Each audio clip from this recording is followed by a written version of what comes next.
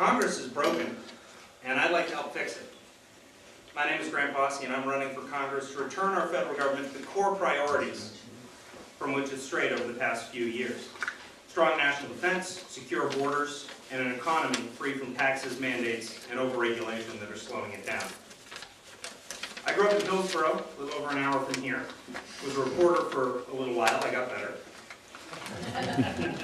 But as a local reporter, I worked with local groups. I saw people serve on select boards and school boards, go to town meeting, the last form of true democracy. I worked with local charities like the Listen Center and the Rotary Club of Lebanon. And the people that I saw who recognized that being part of a community was community service legitimately felt that they could help their neighbors through their time and their energy. At the State House in Concord, I worked for some extraordinary men and women who put their names on the ballots for the right reasons. It's not the power or the glory or the $100 a year, 97 after taxes, but because they legitimately thought they could exercise a voice for their town, for their ward. People like Teresa, a Democratic rep for 34 years, until the Democratic Party left her, and she's here tonight as a Republican.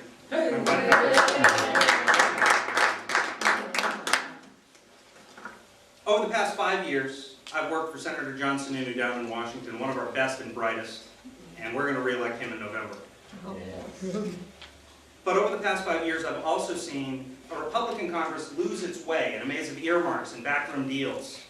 I've seen a Democratic Congress come in and adopt all the same bad habits and invent a few new ones of their own. Just 2 days ago, Nancy Pelosi on the House floor held open a vote because she didn't like the result. Same tactic she crucified Tom DeLay for.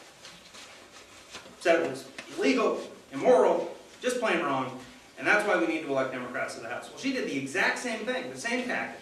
She held open a vote so she could twist a few arms of some freshman Democrats to go along with whatever she wanted to say and get her version of the bill passed, a watered-down version of the original bill, because she didn't like it.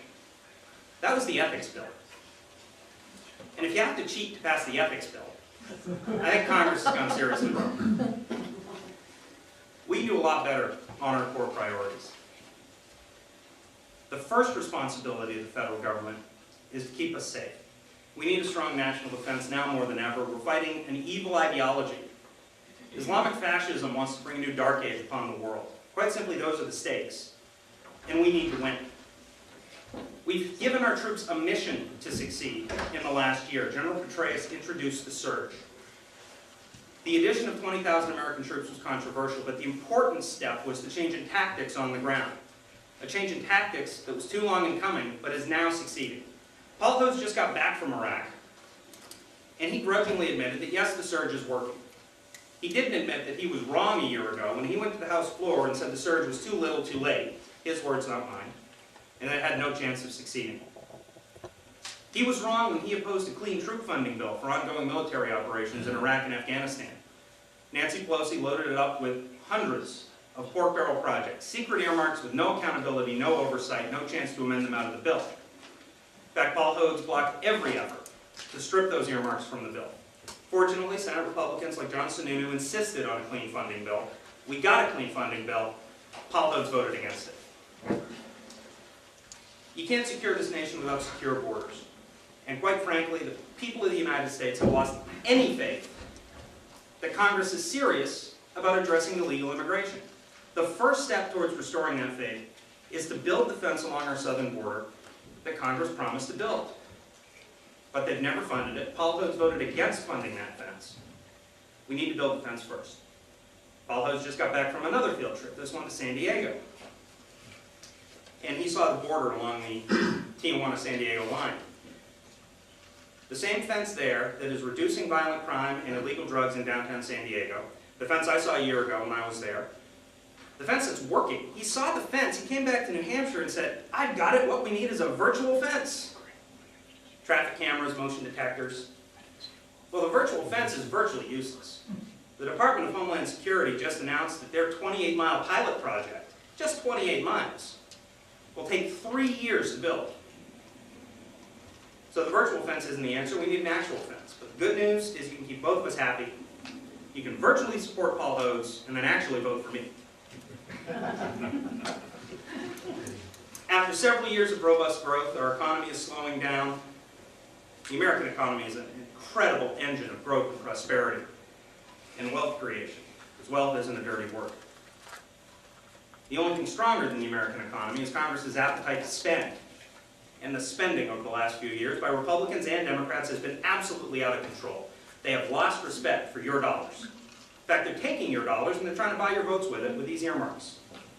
They earmark projects, they tell you how much of the money they're putting back, they tell you how much you're going to get in the stimulus package. Well, that money's coming out of your pocket, and it's coming out of our children's pocket, it's coming out of our grandchildren's pocket, because they're borrowing the money to give to you today. So we have to pay interest. Exactly, we're paying interest on it. So when you get that check for $300, $600, $1,200, remember how much you're going to pay for it. Congress needs to get out of the way of the American economy. They need to stop the secret earmarks that have polluted the system and corrupted our government. Paul Hodes says he wants to reform earmarks. I want to end them. Senator McCain, Senator DeMint have a proposal to have a one-year moratorium on earmarks. Just 1 year. Let's kick the habit for 1 year, just to show it can be done. And if you believe in miracles, they've got Senator Obama and Senator Clinton to sign on board. I've called on Paul Hodes to back that moratorium. His candidate for president, Senator Obama's backed it. We'll see whether he does or not. I hope he does, but I'm not hopeful. We'll see if Nancy Pelosi will let him support a clean one-year moratorium, or whether or not they'll load it up with more loopholes in law. We'll see at the end of the day if it's more hole than less donut. We need to end earmarks. We need to restore faith in our American government. Paul Hodes has been wrong on national defense. He's been wrong on immigration. He's been wrong on spending in earmarks. And I think we can do better. I believe in free speech, free people, and free markets. I'm anxious to defend these ideas as I campaign across New Hampshire's 2nd District. My name is Bosse. I'm running for Congress, and tonight I'm asking for your support.